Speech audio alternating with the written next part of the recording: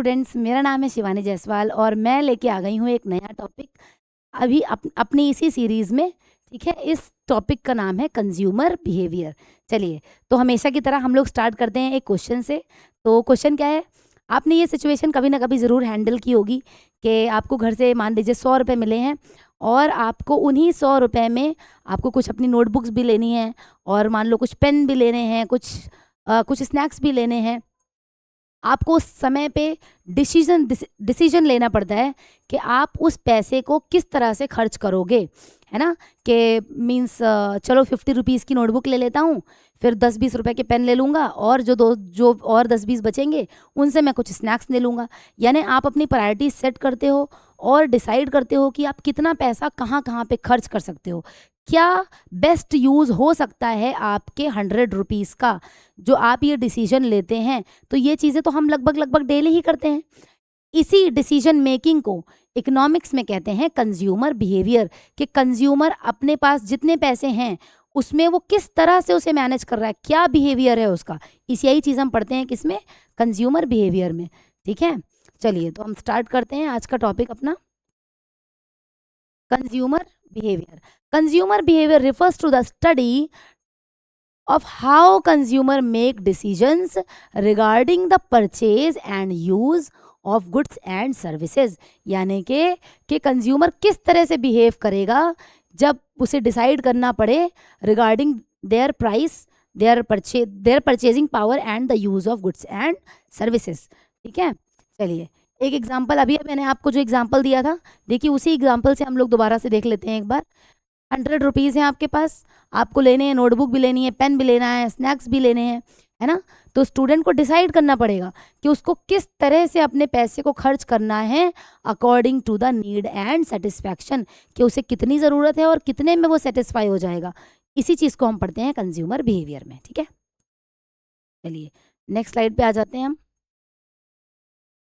Importance of studying consumer behaviour. आखिर क्यों important है स्टडी करना कंज्यूमर बिहेवियर को, क्या ज़रूरी है इसको पढ़ना। हाँ, इसको ज़रूरी है पढ़ना।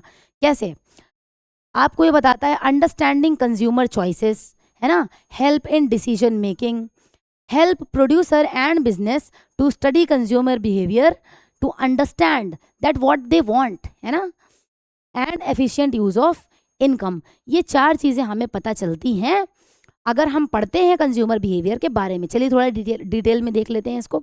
It explain why consumer prefer one product over another. ऐसा क्यों होता है कि जब कंज्यूमर के सामने 2 सिमिलर प्रोडक्ट हैं उसके बावजूद भी वो किसी एक को चूज़ करता है और एक को रिजेक्ट करता है। तो जैसे मान लीजिए एक एग्जाम्पल ले लेते हैं, अगर आपको मैगी और yippee में हम चॉइस दें तो कुछ लोगों के एकदम क्लियर ऑप्शन होगा कि मुझे तो यही वाली लेनी है। क्यों, आखिर ऐसा क्यों है। हो सकता है उनका प्राइस चेंज हो सकता है उनका टेस्ट चेंज हो सकता है उनकी पैकेजिंग चेंज हो सकता है वो एक इमोशनल बॉन्ड शेयर करते हो आपके साथ। जैसे कि आजकल जो एड्स बनते हैं उनको कंज्यूमर बिहेवियर को स्टडी करके ही तो बनाया गया है, किस तरह से एक प्रोडक्ट को इमोशनली कनेक्ट कर दिया जाए। कि फैमिली वाली मैगी, जो देश का नमक, टाटा नमक को, सिर्फ नमक को देश के साथ जोड़ दिया गया। तो हम क्या कर रहे हैं कि हमने अपने प्रोडक्ट को इमोशंस के साथ जोड़ दिया, समझ रहे हो।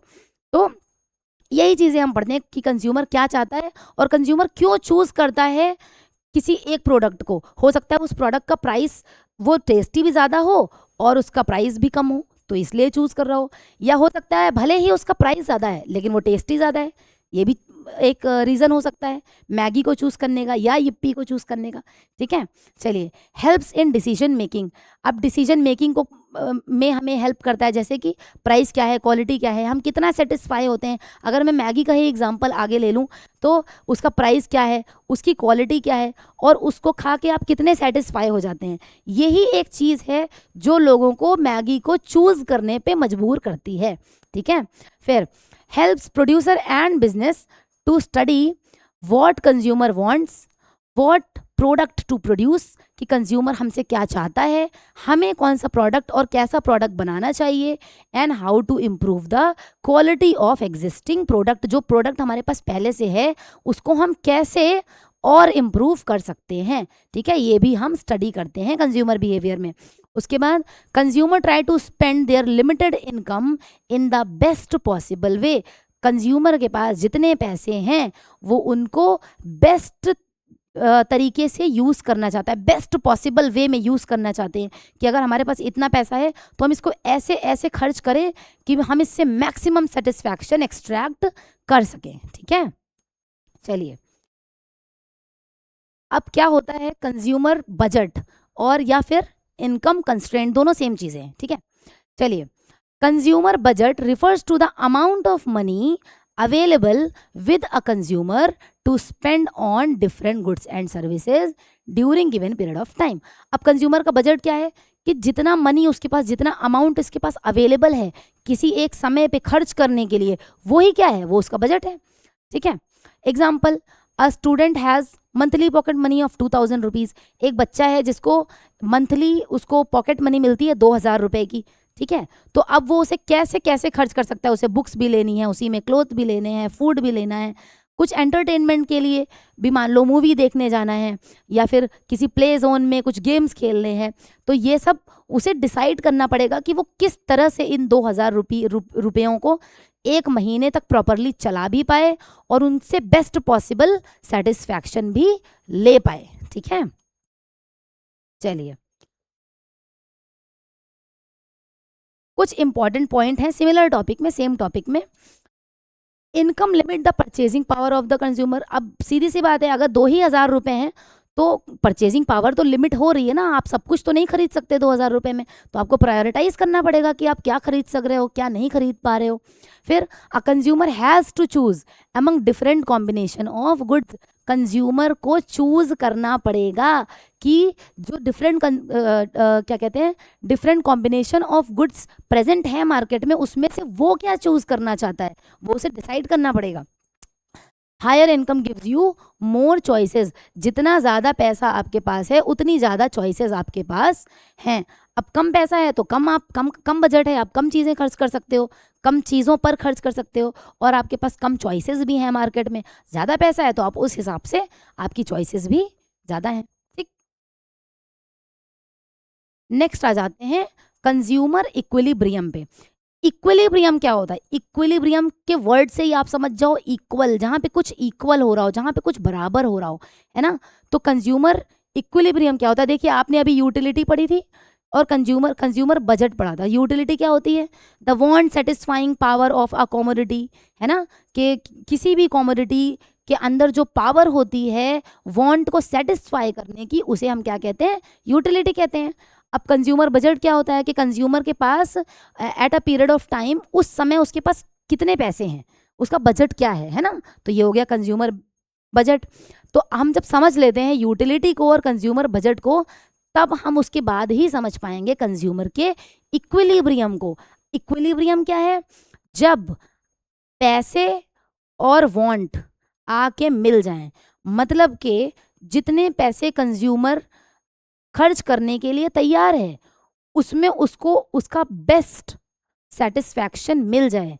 कि कंज्यूमर ने आप घर से निकले कि आज मुझे चलो एक टीवी खरीदना है, और आप उसमें कुछ फीचर्स चाहते हो कि ये होना चाहिए, ये होना चाहिए, स्मार्ट टीवी होना चाहिए, ये फंक्शंस होने चाहिए उसमें, आपने इतनी चीज़ें दिमाग में रखी हैं। आप मार्केट में गए, आपने बहुत सारे ऑप्शंस देखे अकॉर्डिंग टू योर बजट। अगर आपका बजट मान लीजिए 40,000 50,000 है, आप देख रहे हो 1 लाख की 2 लाख की देख रहे हो, आपको उसमें वो ऑप्शन तो दिख रहे हैं, लेकिन आपका बजट आपको अलाउ नहीं कर रहा है।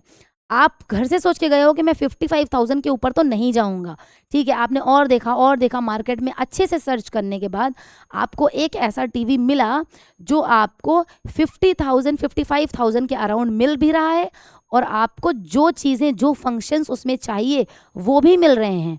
तो वो आपसे क्या हो गया? वहाँ पे आपका पॉइंट आ गया इक्विलिब्रियम का, कंज्यूमर के इक्विलिब्रियम का, कि कंज्यूमर को जो चाहिए था वो उसे मिल रहा है, और उतने प्राइस पे मिल रहा है जितना प्राइस वो खर्च करना चाहता था। ठीक है, the money he wanted to spend, उसी पैसे में जितना वो खर्च करना चाहता था उसी में उसे मिल गया। ठीक है, मीनिंग ऑफ कंज्यूमर इक्विलिब्रियम।